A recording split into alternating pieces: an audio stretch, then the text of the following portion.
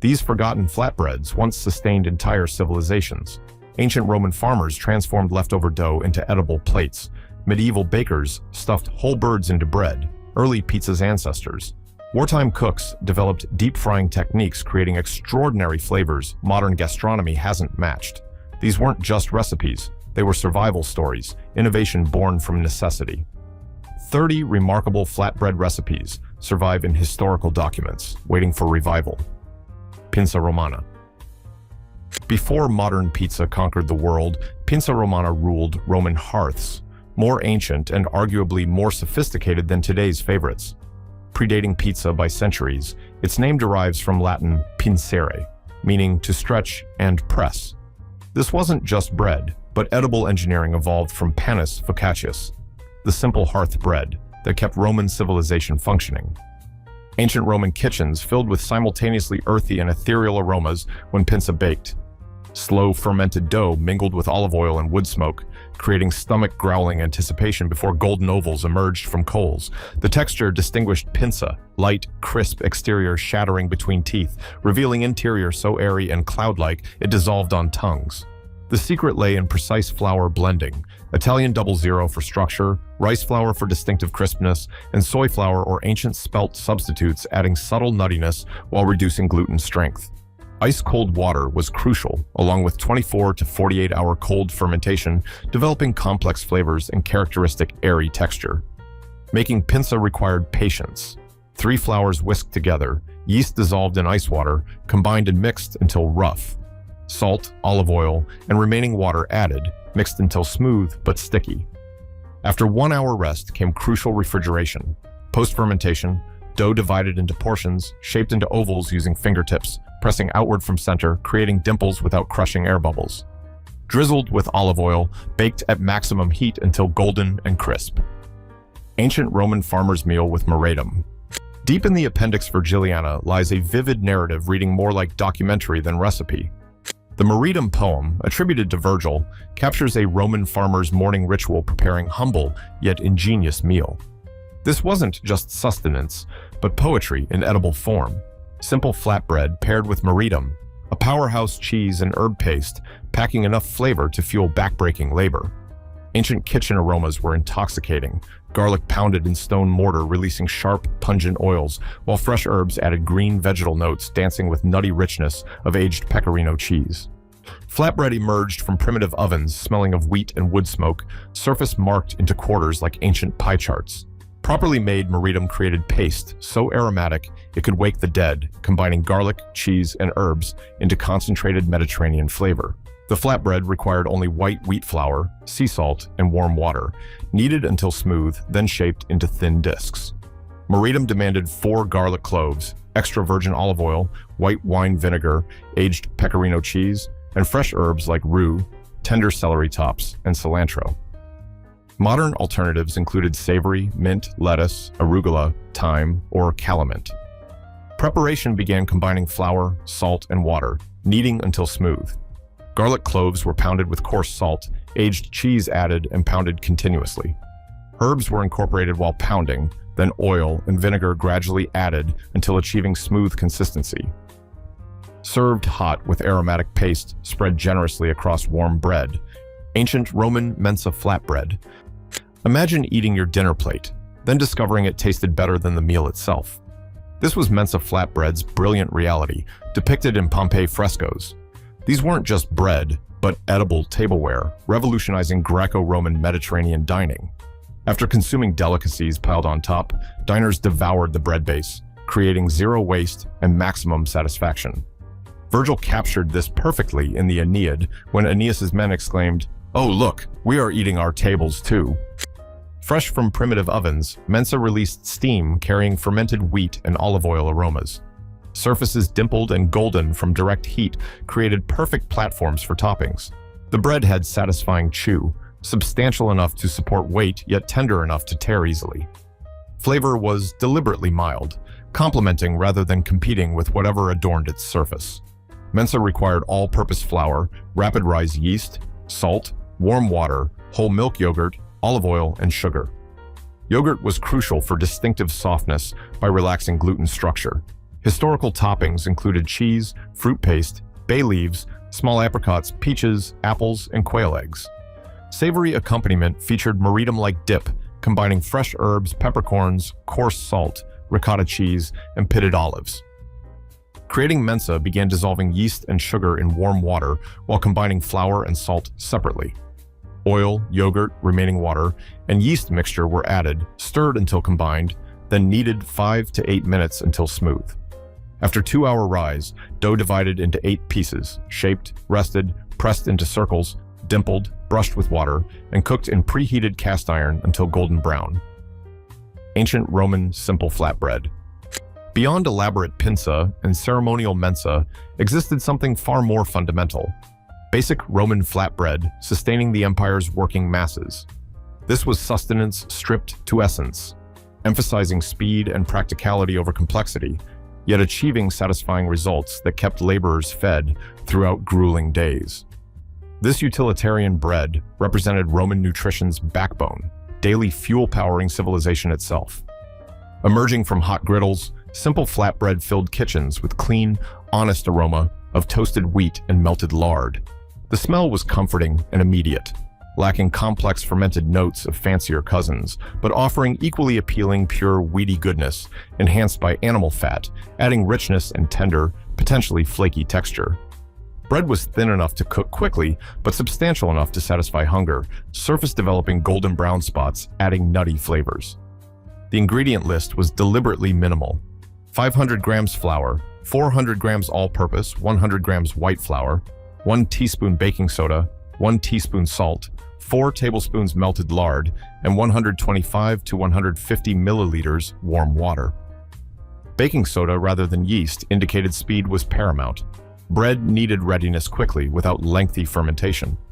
Preparation was straightforward: flour, baking soda, and salt combined, melted lard and water added gradually until thick dough formed. Kneaded 2 to 3 minutes until smooth, rested 30 minutes covered. Rolled very thinly, cut into 20-centimeter circles, baked both sides in non-stick pan over medium-high heat. Served immediately with ham, salad, sausages, or fresh soft cheeses completing the meal. Ancient Greek plakus and savory pitas. Ancient Greece birthed a flatbread so revered it served both mortal meals and divine offerings. Plakus, meaning flat, was a leavened cake that transcended simple sustenance. Documented by Athenaeus of Naucratis in the 2nd century CE, this foundational flatbread evolved into later savory pitas, demonstrating how primitive cakes transformed into daily staples. The name proclaimed its essence: flat, simple, yet profound enough to grace both humble tables and sacred altars. Baking plakus filled ancient kitchens with complex aromas. Honey mingled with cheese, creating sweet-savory combinations that challenged modern, rigid culinary categories. Olive oil added Mediterranean richness, while garlic contributed sharp, pungent notes balancing sweetness. Bay leaves infused everything with subtle herbal undertones, creating simultaneously comforting and exotic fragrance. The texture offered delightful contrasts: thin, crispy sheets layered with creamy fillings, yielding to teeth in satisfying waves. Traditional plakus required flour, water, light olive oil, and salt. Sweet versions featured ricotta, honey, and bay leaves, while savory adaptations incorporated diverse flours from wheat, barley, rye, oats, and legumes. Modern interpretations included spinach and feta, as in spanakopita, or various meats, leeks, and pumpkins. Preparation demanded patience. Flour and water formed basic dough, divided into 5 parts, rolled extremely thin, then dried. Each sheet was brushed with oil and dried again. Bay leaves lined greased baking dishes. The first layer, larger than dish, allowed edges to spill over. Subsequent layers were cut to fit base. Between layers, savory cheese and herb mixture was spread evenly. Overhanging edges were pulled up, forming neat parcels. The assembled creation was greased with oil and baked at 165 degrees Celsius for 20 to 30 minutes until golden, resulting in multi-layered masterpieces showcasing ancient Greek culinary sophistication. Aish baladi. In Egypt, the words for bread and life are identical. Aish baladi literally translates to authentic life, revealing how deeply this flatbread was woven into ancient civilization's cultural fabric. For millennia, this bread served as fundamental sustenance, deeply embedded as an essential element of existence. Historically crafted from ancient grains like emmer wheat or barley and baked in clay ovens constructed from Nile mud, this flatbread represented survival itself. Aish Baladi's baking aroma was distinctive and primal. Whole wheat flour released earthy, nutty scents, while emmer wheat added complex grainy notes speaking of ancient harvests. Wood smoke from clay ovens mingled with toasted wheat, creating olfactory experiences connecting modern bakers to thousands of years of Egyptian tradition.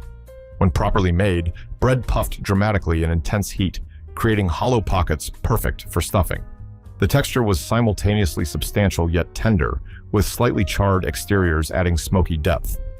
Traditional Aish Baladi required active dry yeast, warm water, whole wheat flour or authentic emmer, kosher salt, and vegetable oil. Cracked wheat bran served as optional addition, contributing toasted aroma and natural non-stick surface during baking. Preparation began whisking yeast in warm water, allowing foam development for 10 minutes.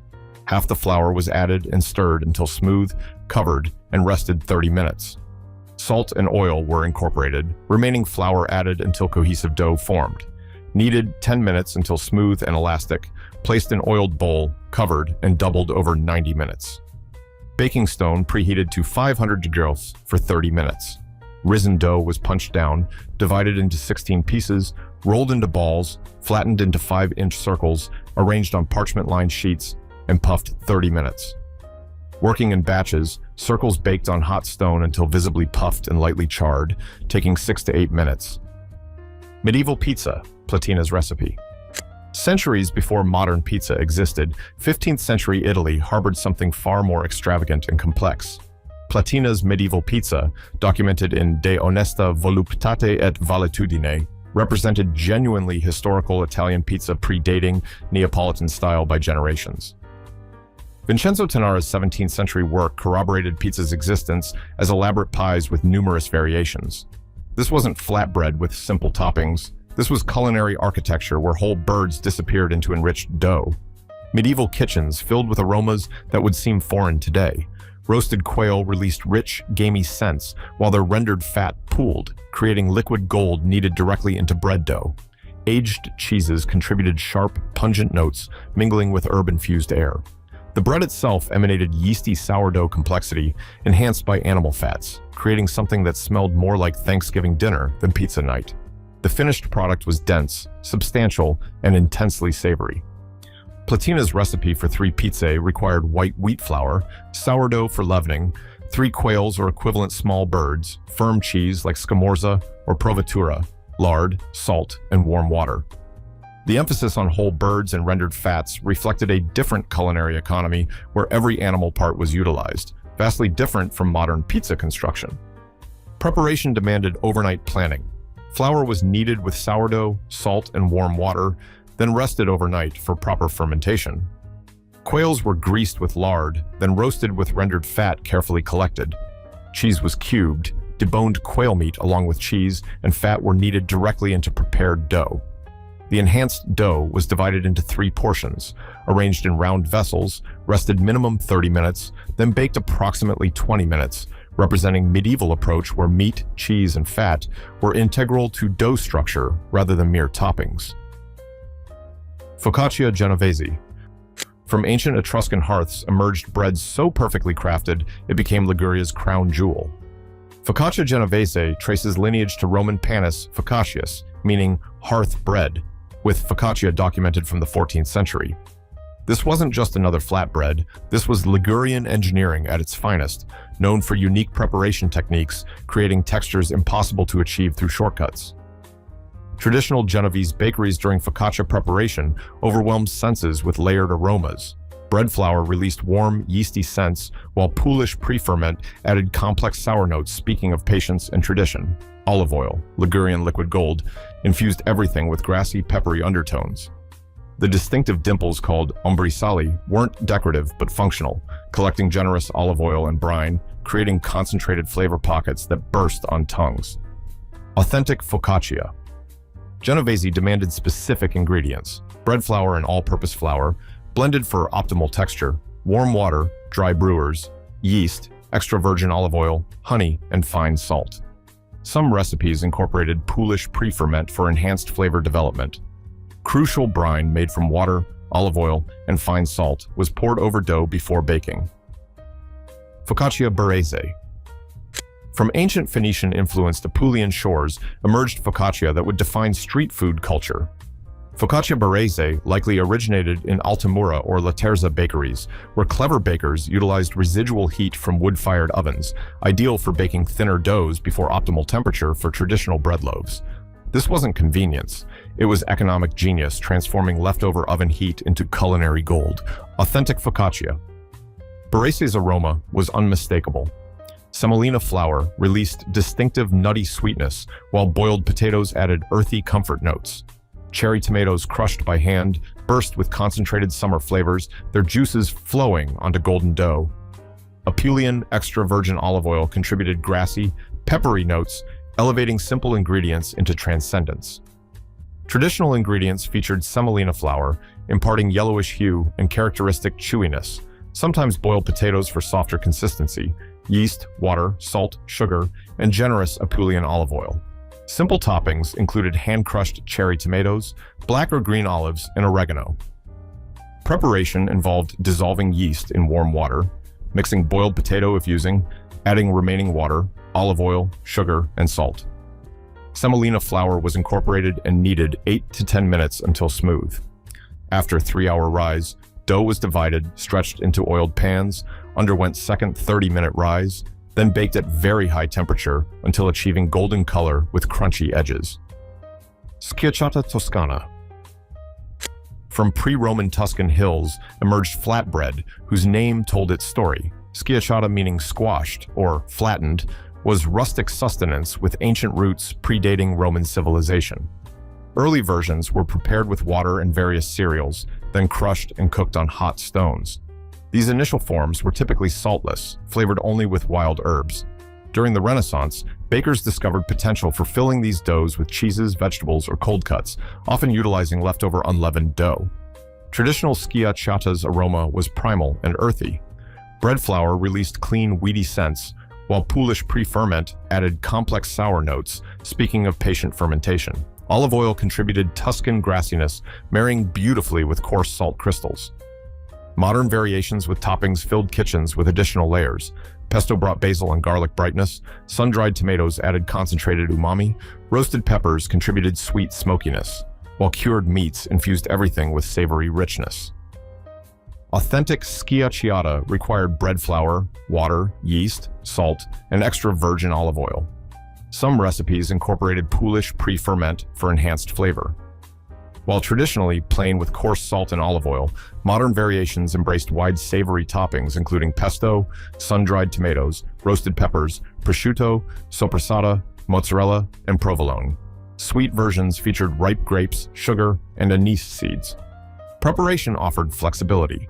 Polish method combined flour, lukewarm water, and yeast, mixed, covered, and fermented 12 to 14 hours until bubbly. Main dough combined Polish with additional flour, water, and salt, mixed until shaggy, then kneaded until smooth and elastic, yet slightly sticky.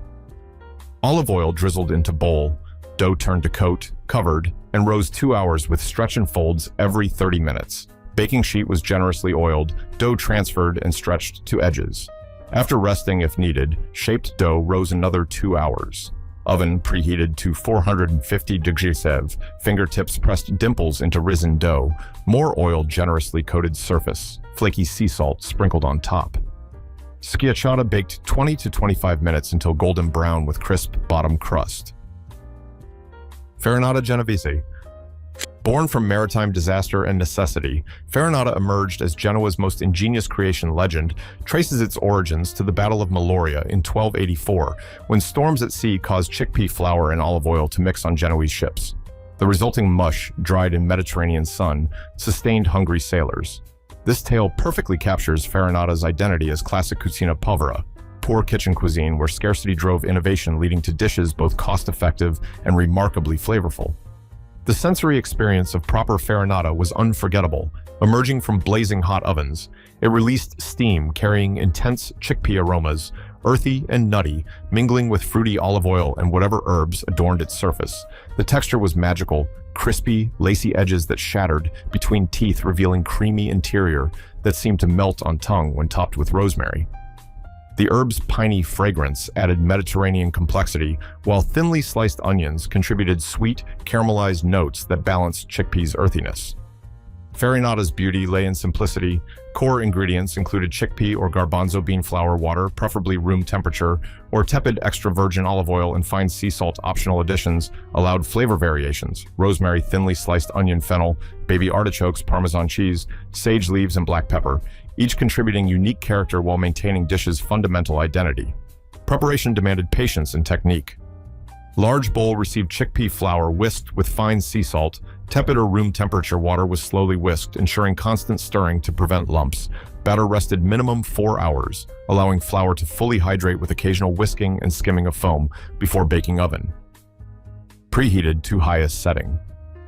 Excluding broiler, wide, shallow, oven-safe skillet, preferably 14-inch cast iron, was placed in lower oven section for 10 minutes to heat. Thoroughly hot, skillet was carefully removed, quarter-cup olive oil poured and swirled to coat bottom. Prepared batter was slowly poured over back of wooden spoon into skillet. This technique prevented batter from breaking through oil. Coating batter should be no more than 1/3 inch deep, ensuring light, creamy texture rather than heavy result. Optional toppings, scattered over batter skillet. Returned to lower oven and baked 15 to 20 minutes until surface set and golden. To achieve lacy, crispy top skillet, moved to top rack 4 to 6 inches from broiler and broiled additional 4 to 6 minutes until edges well browned. Pizza fritta. From the rubble of World War II, Naples emerged culinary resilience in its purest form. Pizza fritta, literally fried pizza, became the pizza of the people. When poverty and destroyed traditional wood-fired ovens made conventional baking impossible, Neapolitans discovered that deep frying their pizza dough created something arguably superior to its baked predecessor. This wasn't compromise, it was innovation, born from desperation that produced a street food so beloved it survived long after ovens were rebuilt. The aroma of pizza fritta preparation filled narrow Neapolitan streets with intoxicating scents. Tipo 00 flour released clean, weedy notes, while yeast created subtle fermentation complexity. Hot oil reached proper temperature, releasing that distinctive smell of impending golden perfection. When dough hit oil, it sizzled and puffed, creating hollow pockets that trapped steam and intensified flavors. Traditional fillings like crushed tomatoes, pork scratchings, mozzarella, and ricotta melted together, creating molten centers that contrasted beautifully with crispy exteriors. Authentic pizza fritta required Tipo 00 extra fine flour or bread, all-purpose flour. Substitute yeast, either active dry or instant warm water. Salt, granulated sugar, and olive oil fillings varied from traditional crushed tomatoes, pork scratchings, mozzarella, and ricotta to wartime adaptations featuring anchovies and broccoli. Modern versions often included tomato sauce, mozzarella and basil, or even prosciutto. Frying typically utilized olive oil, vegetable oil, or a combination of both. Preparation began with combining flour, water, and salt, kneaded together separately. Yeast dissolved in water, then added to dough, remaining flour, gradually incorporated and thoroughly kneaded until homogeneous and smooth dough formed into ball covered with wet kitchen towel and rested approximately 4 hours after initial rest. Dough transferred to floured surface and divided into small portions around 50 grams each. Portions gently pressed through thumb and forefinger, forming small balls or pizzelle. Taking care not to compress dough and maintain leavening balls covered with dry towel and rested. Another 2 hours pan prepared for frying by adding sunflower seed oil or olive vegetable oil to depth of at least 3/4 inch, heated to 370 degrees Fahrenheit. Pizzelle were gently flattened and stretched. Small holes made with fork-prepared dough carefully placed into hot oil. Frying 1 or 2 at a time to avoid overcrowding during frying center, pressed with spoon pieces turned to ensure thorough cooking until well cooked and color changed. Once golden, about 4 to 5 minutes total, removed from oil and placed on wire rack to drain ready fried pizzas garnished while hot with tomato sauce, grated cheese, and basil. Pissaladière. From the sun-soaked hills of Nice emerged a savory tart that shared pizza's historical kinship while maintaining fierce regional independence. Pissaladière traced its origins to 15th century Genoa, Italy, yet distinctively remained similar to pizza while traditionally omitting cheese. The name derived from pissalat, a mashed salted fish puree that served as original key ingredient over time. Anchovies largely replaced pissalate due to fishing regulations and accessibility concerns, yet the dish retained its maritime soul. The aroma of authentic pissaladière was intoxicating. Caramelized onions released sweet, perfumed notes that filled kitchens with comfort, while olive oil added fruity Mediterranean richness. Fresh or dried thyme contributed herbal complexity that married beautifully with minced garlic's sharp pungency. Oil-packed anchovy fillets brought oceanic depth that spoke of Nice's coastal heritage. Black olives, either Niçoise or Kalamata varieties, added briny intensity that balanced sweetness with saltiness, creating harmonious flavor symphony. Traditional pissaladière utilized either traditional bread dough or modern adaptations, featuring puff pastry. Essential topping ingredients included thinly sliced onions, olive oil, fresh or dried thyme, minced garlic. Oil-packed anchovy fillets and black olives, preferably Niçoise or Kalamata varieties, seasoned with black pepper. The explicit no-cheese rule served as defining characteristic, distinguishing it from Italian pizza. Preparation required patience. Warm water, sugar, and yeast were mixed and foamed. 5 to 10 minutes. Separate bowl combined flour and salt. Yeast mixture and olive oil added to flour dough needed about 10 minutes until smooth, covered and risen in warm place. 1 hour, olive oil, heated in pan over low heat.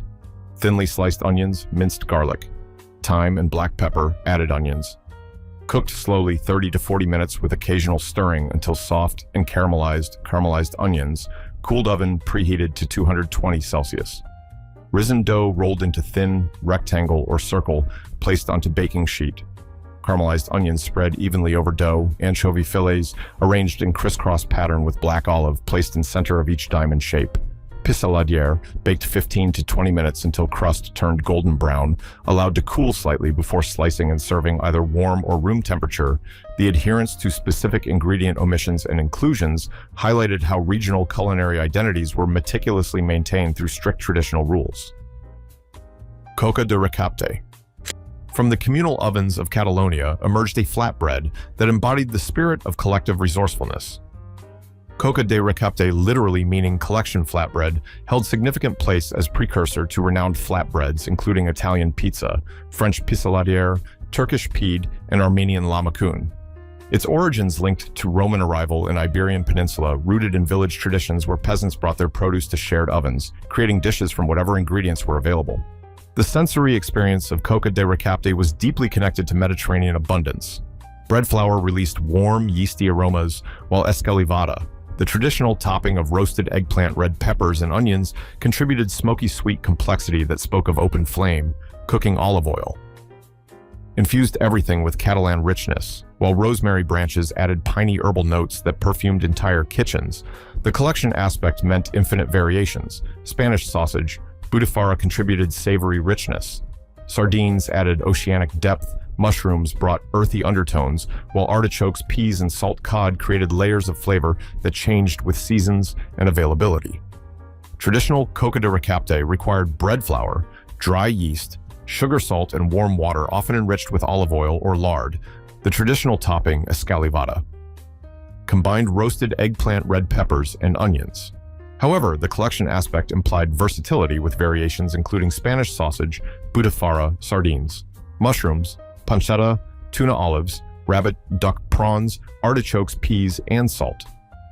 Cod, drizzle of olive oil, flaky salt, black pepper, and fresh basil served as common garnishes. Preparation spanned 2 days. Dry ingredients: bread flour, dry yeast, sugar, salt. Combined in medium bowl, warm water poured and mixed well. Bowl covered with film and rested 18 to 24 hours at room temperature. Red peppers and aubergine washed, dried, and placed on baking tray, cooked 40 to 50 minutes at 200 Celsius. Turning at least once until soft and charred. Once cool, stems removed, skins and seeds peeled away without washing to preserve roasted flavor. Vegetables cut into thick strips, placed in separate containers with cooking juices, rosemary branches, generous olive oil, drizzle, and salt mixture. Marinated overnight in refrigerator baking tray, placed in oven preheated to maximum temperature, dough turned onto floured surface, hands lightly floured to prevent sticking, shaped into ball by folding outside edges inward and pressing down. Ball inverted and shaped with inward rotation, using hand sides, flour sprinkled on top, dough covered and rested. 25 minutes, work surface floured again, dough stretched into rectangle approximately 35 by 18 centimeters. Fingertips pressed air to edges forming generous crust, transferred to baking paper strips of roasted peppers and aubergine, arranged alternately, good olive oil, drizzle, and salt added. Langos. From medieval Hungarian hearths emerged a street food whose very name proclaimed its cooking method, langos, derived from lang, meaning flame, directly referenced its traditional preparation of frying in hot oil.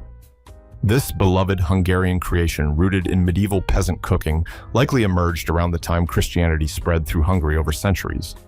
Langos evolved from simple peasant dish into staple at family gatherings, festivals, and fairs, testament to its enduring cultural appeal and satisfying nature. The aroma of properly made langos was intoxicating. All-purpose flour released clean, weedy scents, while warm milk or water created steam that carried yeast's subtle fermentation notes. Vegetable oil, heated to precise temperature, filled kitchens with that distinctive smell of impending golden perfection. When dough hit oil, it sizzled dramatically, creating hollow pockets that trapped flavors. The finished product emerged crispy on outside, yet tender within. Traditional toppings of finely chopped garlic, often infused into olive oil, sour cream, and grated cheese, created aromatic layers that made mouths water before first bite. Classic langos recipe required all-purpose flour, warm water or milk, salt and yeast, either active dry or instant vegetable oil, served dual purpose both in dough and for frying. Traditional toppings included finely chopped garlic, often infused into olive oil, sour cream, and grated cheese. Variations incorporated ingredients like ham, sausage, fresh herbs, or even mashed potatoes kneaded directly into dough. Preparation began in stand mixer bowl or large mixing bowl for hand kneading flour. Salt and sugar, combined milk or water, heated to approximately 120 degrees Fahrenheit. Instant yeast, mixed in liquid mixture, added to dry ingredients and stirred using dough. Hook on low-speed dough, kneaded about 2 minutes. Vegetable oil added once. Dough began sticking to both sides, kneading continued. Another minute. Tablespoon flour added, kneading proceeded until dough pulled away from both sides. Total kneading time about 5 minutes. Large mixing bowl greased with non-stick spray. Dough transferred, bowl covered and risen in warm place until doubled, typically around 1 hour, while dough rose, garlic minced and combined with olive oil, creating flavorful infusion. Risen dough turned onto floured surface, divided into 4 equal pieces, rolled into balls, each ball pressed into circular shape, ensuring edges remain slightly thicker than center. Small slit, cut into center, and dough pricked with fork to prevent excessive puffing. Vegetable oil heated in pot or high-sided cast iron skillet to 350 degrees Fahrenheit. Langos carefully placed into hot oil one at a time, frying until golden brown, approximately 1 to 2 minutes per side. Fried pieces removed and drained on paper towel-lined plate. Each hot langos brushed with prepared garlic-infused olive oil, sour cream, spread generously, followed by grated cheese and chopped garlic. Pastero. From the lavish tables of 16th century Italy emerged a dish that redefined pizza's very concept. Pastero, also known as pasticcio or pastello, was meticulously documented by prominent culinary figures, including Bartolomeo Scappi and Anonimo Veneziano. This represented savory pie form of pizza, prevalent during Renaissance period, offering glimpse into diverse interpretations of baked-filled doughs. Where modern pizza emphasized toppings, Pastero integrated ingredients directly into enriched bread structure. The medieval kitchen atmosphere during Pastero preparation was rich and complex. White wheat flour released clean, wheaty aromas, while sourdough starter contributed tangy fermented notes that spoke of patience and tradition. Pork collar, cut into pieces, filled air with savory meat. Scents, while minced onion and fresh ginger added sharp aromatic complexity. Rendered lard-infused everything with rich animal fat. Notes that would seem foreign to modern palates. The finishing touch involves sweet-sour mixture of red wine, vinegar, white cane sugar, and water, creating agrodolce flavor profile common in medieval European cuisine. Pastero crust, designed for 2 pies, required 350 grams white wheat flour with superfine flour. Preferred 50 grams lard, 2 eggs, 1 yolk for dough, 1 for brushing salt, and cool water recommended to prevent fermentation. Filling consisted of 400 grams pork collar or mixture of fatty and lean meat, like pork belly and loin, half onion, fresh or dry. Ginger and salt. Unique finishing involved mixture of red wine vinegar, white cane sugar, and bit of water. Preparation began with cutting pork collar into small pieces. onion and ginger minced, then mixed with couple pinches of salt, flour kneaded with lard, pinch of salt, 1 egg yolk and water until smooth dough obtained. Dough divided into 2 equal parts, 1 part flattened into thin circle, approximately quarter finger thick, half-prepared filling, placed onto dough. Circle dough folded around filling, leaving small hole on top, crust brushed with beaten egg yolk, pastero baked in oven. In oven, about 40 minutes. Though cooking time varied considerably depending on crust thickness while baking mixture of sugar and vinegar prepared. Once pastero almost cooked through removed from oven, bit of sweet-sour mixture poured into hole on top. Pie, returned to oven additional 10 to 15 minutes until crust perfectly cooked, served hot. This medieval approach demonstrated how pizza historically encompassed broader category of baked goods, including savory pies, rather than modern, open-faced, tomato-topped specialization. British hearth cakes, oat cakes, bannocks. From the smoking embers of British hearths emerged the most fundamental and ubiquitous form of bread that sustained entire populations for over a millennium. These simple flatbreads encompassing hearth cakes, oat cakes, and bannocks represented archaic forms of sustenance prevalent from the 5th to 19th centuries, cooked directly on hot stones or griddles. They served as staple for peasant populations who could afford little else, yet created something remarkably satisfying from the humblest ingredients. The sensory experience was primal and honest. Oat flour released nutty, earthy aromas, while barley, rye, wheat, or combinations called maslin, contributed their own distinct scents. When cooked on hot embers or iron griddles, the flatbreads developed toasted edges that filled humble kitchens with comforting, weedy fragrances. The texture was simple, yet satisfying. Crispy exteriors gave way to dense interiors that provided substantial nourishment. The absence of salt, fat, or milk in basic versions reflected limited resources of very poor who couldn't afford such luxuries. Ingredients epitomized simplicity: flour derived from oats, barley, rye, wheat, or maslin combinations. Water served as main liquid component. Salt was optional addition often omitted by very poor who couldn't afford it. Notably, these basic versions excluded fat or milk, reflecting limited resources available to majority of population. The beauty lay in this minimalism, creating sustenance from absolutely essential elements. Preparation couldn't be simpler. Few handfuls of flour combined with just enough water to form non-sticky dough. No other ingredients added for most basic peasant version dough, kneaded by passing back and forth between hands until well-mixed open fire allowed to burn down to embers, or dry irons, pan heated over medium heat, for thin version portion of kneaded dough patted into flat roundish disc. Similar thickness to modern oat cake, at most finger-high disc laid directly onto hot embers. Once edges began browning and crisping, turned over and cooked until other side similarly done. Process estimated to take 6 or 7 Lord's Prayers worth of time upon completion. Bread removed and ashes dusted off for thicker version disc. 2 or 3 fingers thick, formed placed on less intensely hot embers, ensuring slow, thorough cooking, preventing raw interior while exterior browned. Method required longer cooking time. These hearth cakes best enjoyed hot, ideally accompanied by spreadable fresh cheese like goat's cheese or feta, or fresh butter. Knäckebröd. From the ancient forests of Sweden emerged a crisp bread that embodied both survival and sophistication. Knäckebröd possessed deep historical lineage with evidence of its existence dating back to approximately 500, and the contemporary recipe had been in use for about 500 years. A distinctive feature of traditional knäckebröd was the hole in its center. Historically functional, allowing breads to be threaded onto long sticks and hung from ceilings for extended storage. This wasn't decoration, it was ingenious food preservation technology. The aroma of knäckebröd preparation filled Scandinavian kitchens with complex nutty fragrances. Coarse rye flour released earthy, robust scents, while rolled oats contributed sweet, wholesome notes. Sunflower seeds, flax seeds, and sesame seeds added layers of nuttiness that spoke of northern abundance, when variations included spices like caraway, fennel, dried rosemary, or cinnamon. The kitchen transformed into aromatic wonderland. The finished crisp bread emerged with satisfying crunch that shattered between teeth, releasing concentrated flavors of grains and seeds. Traditional knäckebröd required coarse rye flour or whole wheat flour substitute rolled oats. Sunflower seeds, flax seeds, sesame seeds, salt and water variations incorporated, spelt flour, honey, and diverse spices including caraway, fennel, dried rosemary, or cinnamon, which added unique flavor profiles to basic recipe.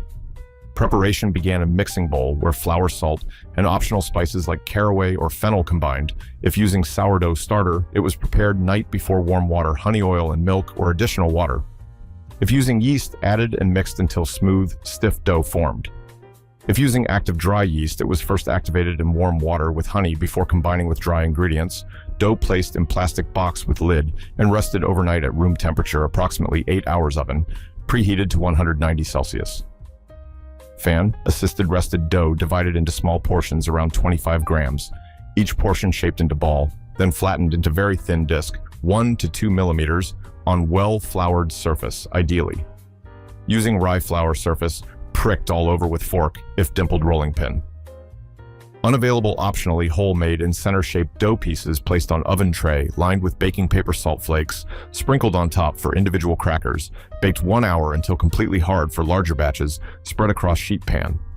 Baked 10 minutes removed and cut into rectangles before returning to oven another 50 to 60 minutes with pans alternated between top and bottom racks during cooking. Once baked, knäckebröd cooled on rack, then broken into pieces stored in airtight plastic bag or box in dry place at room temperature, maintaining crispness. Norwegian flatbrød. From the rugged fjords of Norway emerged a crisp bread that epitomized culinary minimalism. Norwegian flatbrød represented traditional crispy cracker-like staple, distinct from softer lefse. This ancient bread characterized by minimalist composition requiring only flat, hot cooking surface ground grains, water, and salt. Its simplicity belied versatility as accompaniment to wide range of meals, demonstrating how elegant restraint could create something both satisfying and enduring. The sensory experience of flatbrød preparation was clean and honest. Organic sprouted whole wheat flour released nutty, wholesome aromas, while warm water created steam that carried simple grain scents when cooked on preheated griddle. At 500 degrees Fahrenheit, the thin dough developed brown spots that added toasted flavors. The finished flatbrød emerged incredibly thin, approximately 14 inches in diameter, with satisfying crunch that provided textural contrast to accompanying foods. Traditional serving included butter, peppered mackerel, soft cheeses like ekte geitost, goat cheese or kalles, cod, roe, caviar spread. Core ingredients emphasized purity, warm water, organic sprouted whole wheat flour. Though regular whole wheat or white whole wheat could substitute, and salt. Some recipes introduced slight variations, including blend of whole wheat and white flour, baking soda, buttermilk, melted butter, and maple syrup, which added touch of sweetness while maintaining fundamental character. Preparation required patience and skill. Warm water placed in mixer followed by salt flour, gradually added until cohesive dough formed. Typically leaving about 1 cup flour for subsequent rolling dough, kneaded approximately 5 minutes removed from mixer and placed on rolling mat divided into 16 equal pieces. Each piece formed into round ball, then flattened, remaining flour used to prevent sticking while rolling dough rolled from middle outwards, frequently turned and flipped several times until incredibly thin, approximately 14 inches diameter. Achieving this thinness was crucial for desired crunch and flavor. Griddle preheated to 500 degrees Fahrenheit. Thinly rolled dough placed on hot griddle, cooked until brown spots appeared, flipped and cooked. Other side until similarly browned as each piece cooked, typically kept in warm oven around 200 degrees Fahrenheit, to further crisp for more intensive crisping. Baked pieces dried in 170-degree oven, about 2 hours finished. Flatbrød stored for extended periods in airtight plastic food container, commonly served with butter peppered mackerel, soft cheeses, or traditionally served as essential accompaniment to soups and stews. Tabani. From the remote Udmurtia region of Russia emerged a flatbread that embodied traditional Eastern European leavening mastery. Tabani represented distinctive culinary practices, reflecting regional specialization. This thick pancake or flatbread was uniquely based on sourdough batter, testament to historical leavening methods, predating widespread availability of commercial yeast, traditionally cooked in cast iron pan within wood-fired brick stove. This method imparted particular character that distinguished Tabani from other regional flatbreads. The aroma of Tabani preparation filled rustic kitchens with complex fermented scents. Sourdough batter released tangy notes that spoke of patient cultivation and traditional techniques.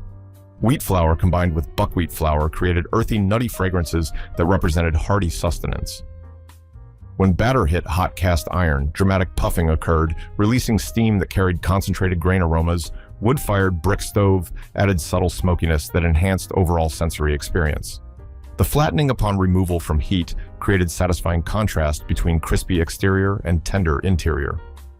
Traditional tabani required wheat flour, buckwheat flour, which could be used individually or combined, yeast water or milk, sugar, salt, and butter, choice of flour.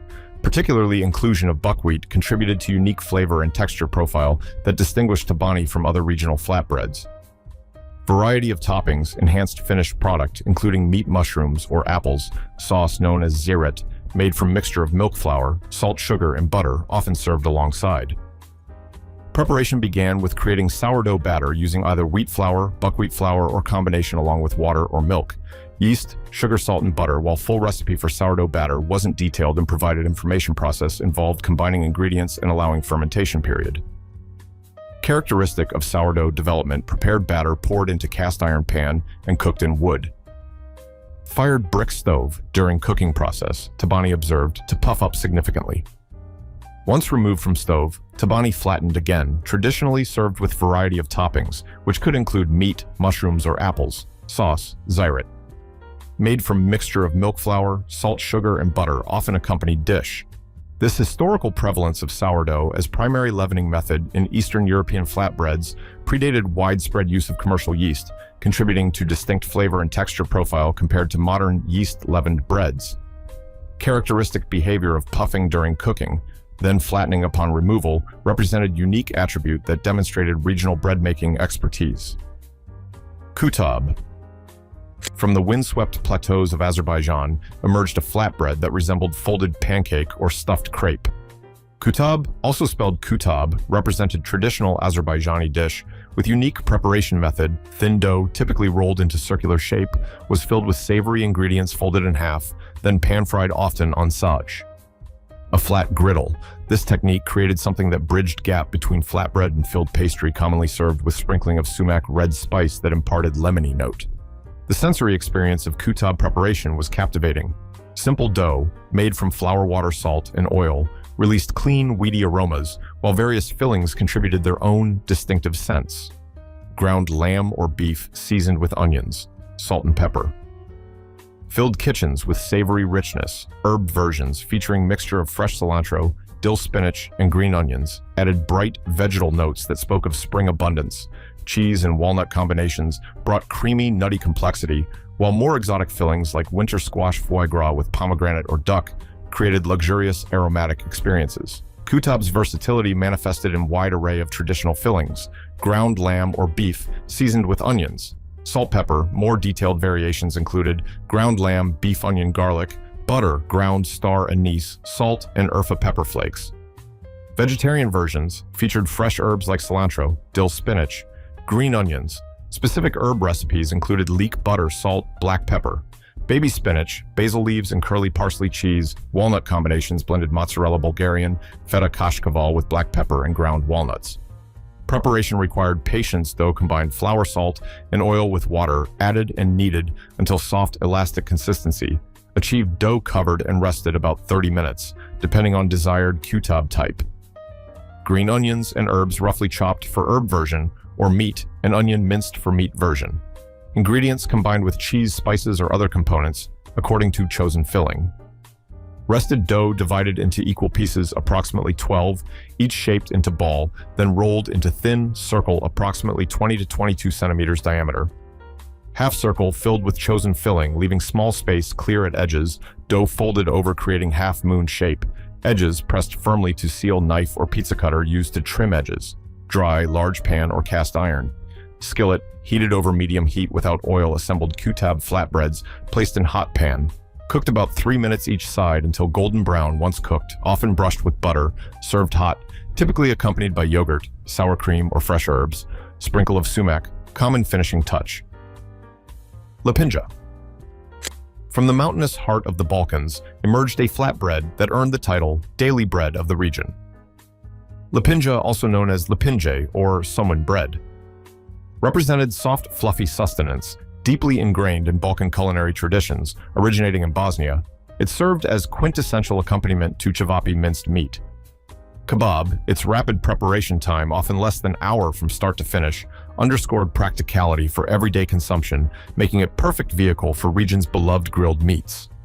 The aroma of lipinja preparation filled Balkan kitchens with comforting yeasty scents. Strong white bread flour, or all-purpose flour, released clean, weedy notes, while dried active yeast created subtle fermentation complexity, warm water, and whole milk combined to create steam that carried these foundational aromas. Natural yogurt particularly contributed to bread's distinctive softness by relaxing gluten structure. Optional additions like cumin seeds, poppy seeds, or nigella seeds added aromatic complexity that enhanced basic recipe. Traditional lapinja required strong white bread flour or all-purpose flour. Substitute dried active yeast, salt, warm water, whole milk, and natural yogurt. Yogurt was particularly noted for contributing to bread's characteristic softness through gluten relaxation, optional flavor. Additions included cumin seeds, poppy seeds, or nigella seeds. Some recipes incorporated lard or canola oil for additional richness. Preparation began with sprinkling active dry yeast over warm milk in small bowl, allowing 5 minutes until foamy warm water and sugar stirred into yeast mixture. Separate bowl combined flour and salt. Most flour mixture added to yeast mixture and mixed by hand until soft dough formed. Remaining flour added gradually until dough cleared. Bowl sides, alternatively, ingredients could be kneaded directly by hand or with stand mixer dough covered with light cloth and risen in warm place, 80 to 95 degrees Fahrenheit, until volume doubled, approximately 1 hour. Some methods allowed overnight proof in refrigerator using half yeast, amount risen dough deflated or punched down and turned onto lightly floured work surface. Kneaded about 5 minutes, returned to bowl covered, again and risen second time until doubled, typically 30 minutes more, oven preheated to 400 degrees Fahrenheit baking sheet, lightly greased dough, deflated again, lightly kneaded, and placed onto prepared baking sheet, shaped into oval approximately ½ inch thick, set aside for third rise lasting about 30 minutes for traditional mash pattern that prevented inside pocket formation back of knife used to create surface indentations. Lapinja baked in preheated oven until nicely browned and sounded hollow when thumped, typically 20 to 25 minutes if using pizza oven. Baking time significantly shorter, around 2 to 3 minutes after baking, often covered with kitchen towel, ensuring exterior remains soft. Manakish. From the ancient Levantine hills emerged a flatbread that transformed humble leftover dough into breakfast royalty. Manakish represented traditional Lebanese sustenance, deeply rooted as morning staple and popular street food across Syria, Lebanon, Jordan, and Palestine, with origins dating back to 10th century. This dish emerged from resourcefulness of women who utilized leftover dough from morning bread baking to create quick, savory treats for their families, demonstrating how necessity birthed culinary excellence. The aroma of manakish preparation was intoxicating. Basic flatbread or pizza dough released familiar yeasty scents while toppings created aromatic symphonies. Za'atar, the most classic topping, combined fragrant dried thyme, sumac, sesame seeds, and sometimes oregano mixed with olive oil, forming spreadable paste that filled kitchens with herbaceous lemony notes. Cheese versions featuring mix of local akawee or combination of mozzarella and feta melted into creamy, salty layers. Meat variations with minced lamb or beef spiced with onions and tomatoes added savory richness. Traditional manakish dough resembled basic flatbread or pizza dough, typically made from all-purpose or bread flour, instant yeast, sugar, salt, warm water, and olive oil. Versatility lay in diverse toppings. Za'atar represented most classic and popular choice. Fragrant blend of dried thyme, sumac, sesame seeds, sometimes oregano mixed with olive oil. Cheese often featured mix of local akawee or combination of mozzarella and feta, which melted into creamy, salty layer meat, included minced lamb or beef, spiced with onions and tomatoes. Specific meat topping combined ground beef onion, parsley, cumin, paprika, tomato sauce, tomato paste, and harissa paste. Preparation began in large bowl where flour, yeast, sugar, and salt mixed warm water and olive oil, gradually added mixture combined until dough came together, then kneaded 7 to 10 minutes until smooth and elastic alternatively. Yeast activated in warm water, first followed by addition of salt, sugar, oil, then flour mixing until shaggy, before hand kneading dough lightly coated with olive oil, formed into ball, covered with clean kitchen towel or plastic wrap, and risen in warm spot about 1 hour. Until doubled for za'atar topping spice blend mixed with olive oil, until spreadable paste formed for meat toppings, onion and parsley. Finely diced and combined with ground meat spices and tomato products, risen dough punched down, divided into equal portions, typically 4 to 8 depending on desired size, each portion rolled into thin, round disc, approximately 8 inches diameter and 1/4 inch thick, transferred to parchment-lined baking sheet. Fingers gently pressed into dough, creating small dimples on surface, which help toppings stay in place during baking. Generous amount of chosen toppings spread evenly over each disc, leaving small border around edges oven. Preheated to 220 Celsius manna quiche, baked until lightly golden on edges and underside and slightly puffed. Served warm, often garnished with fresh parsley or accompanied by labneh strained yogurt. Ladenia. From the windswept Cycladic island of Kimolos emerged a flatbread that challenged pizza's Italian monopoly. Ladenia represented traditional Greek creation, often regarded as Greek equivalent of Italian pizza, its historical roots believed to extend back to Venetian occupation period on the island. This dish fundamentally embodied village food philosophy, characterized by reliance on simple, often garden-grown ingredients for toppings, demonstrating how local agricultural abundance shaped distinct culinary traditions. The aroma of Ladenia preparation transported senses to Mediterranean hillsides. All-purpose flour combined with Greek extra virgin olive oil released clean, weedy notes, enhanced by fruity, peppery undertones.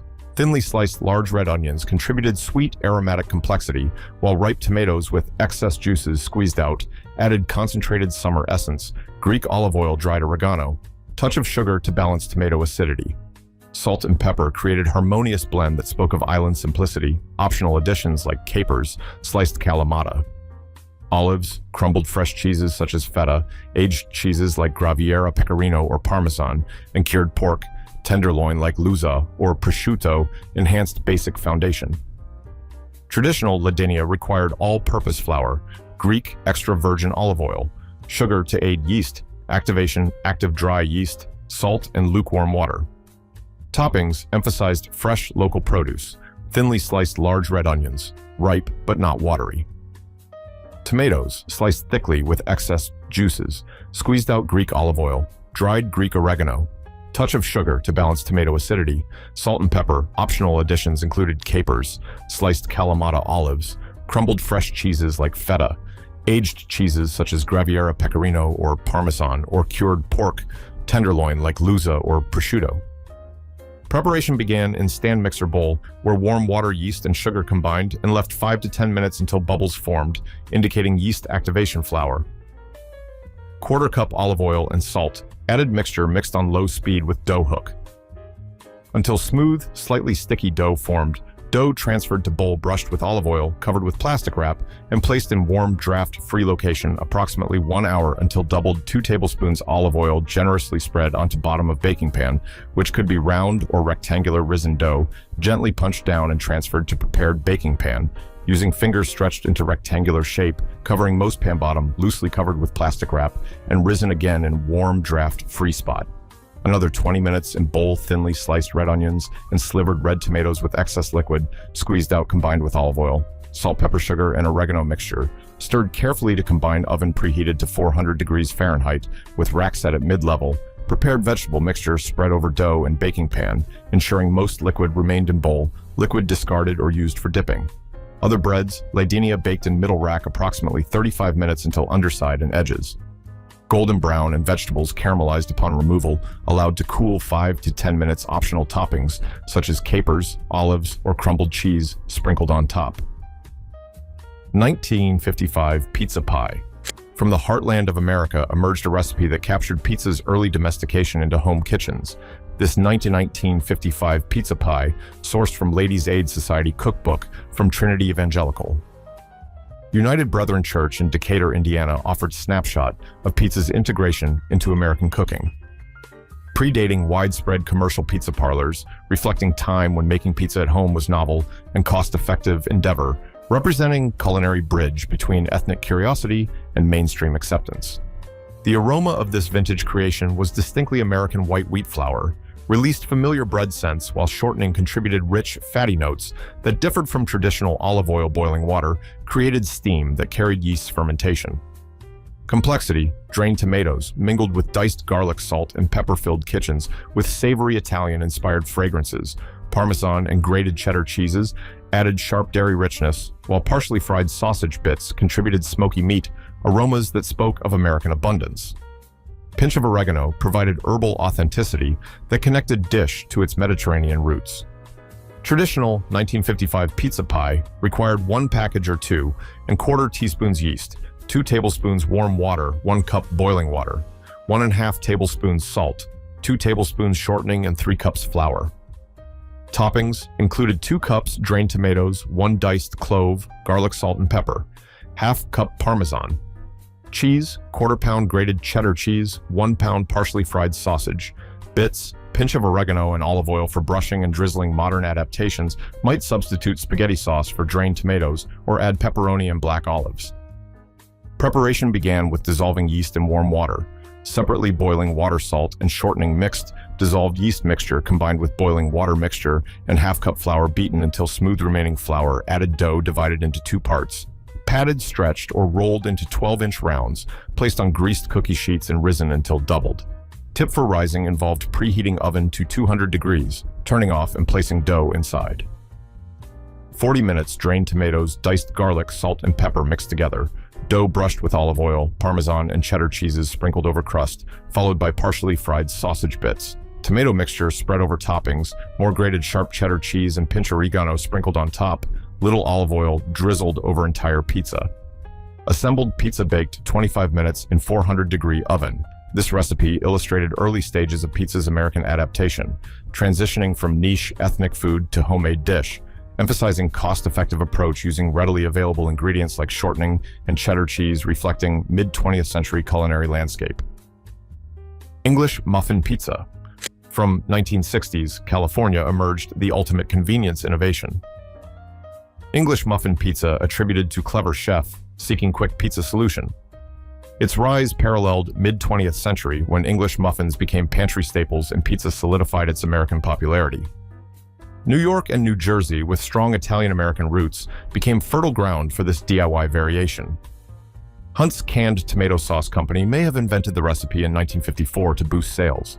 The aroma was instantly recognizable. Split English muffins toasted, releasing yeasty bread scents. Pizza sauce contributed tomato sweetness, while mozzarella melted, creating dairy richness. Pepperoni, diced onions, mushrooms, or Canadian bacon added savory complexity. Basic concept remained straightforward. English muffins split, slathered with tomato sauce, sprinkled with mozzarella, topped with various ingredients, praised for kid-friendliness, budget consciousness, and endless customization beyond basic tomato sauce and mozzarella.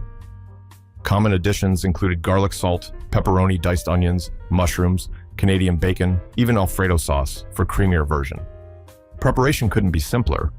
English muffins split in half, pizza sauce spread onto each half, mozzarella cheese, generously sprinkled over sauce. Desired toppings added. Assembled English muffin pizzas placed in oven or toaster oven, baked until cheese melted bubbly and base crispy, typically under 15 minutes. Sausage and pork and beans pizza.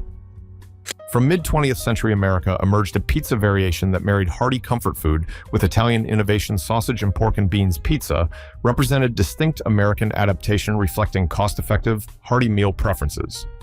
Specific recipe for sausage bean pizza found in cookbooks suggested relatively quick preparation, demonstrating vintage American ingenuity.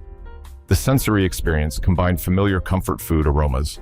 Hot Italian sausages released savory meat scents, while canned pork and beans with tomato sauce contributed sweet, smoky notes. Crumbled oregano added.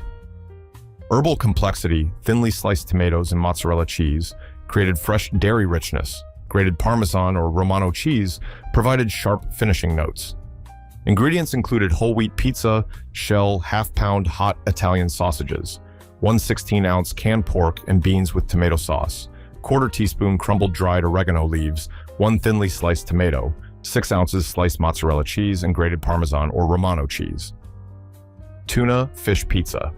From 1958, Family Circle magazine emerged a recipe that epitomized vintage American culinary experimentation. Tuna fish pizza represented period when canned ingredients were integrated into novel dishes, while tuna as pizza topping had Italian roots. Since 1980s, American versions featured unique crusts and unconventional combinations. This particular recipe designed a selling feature for pet evaporated milk, highlighting marketing influence on mid-century recipes.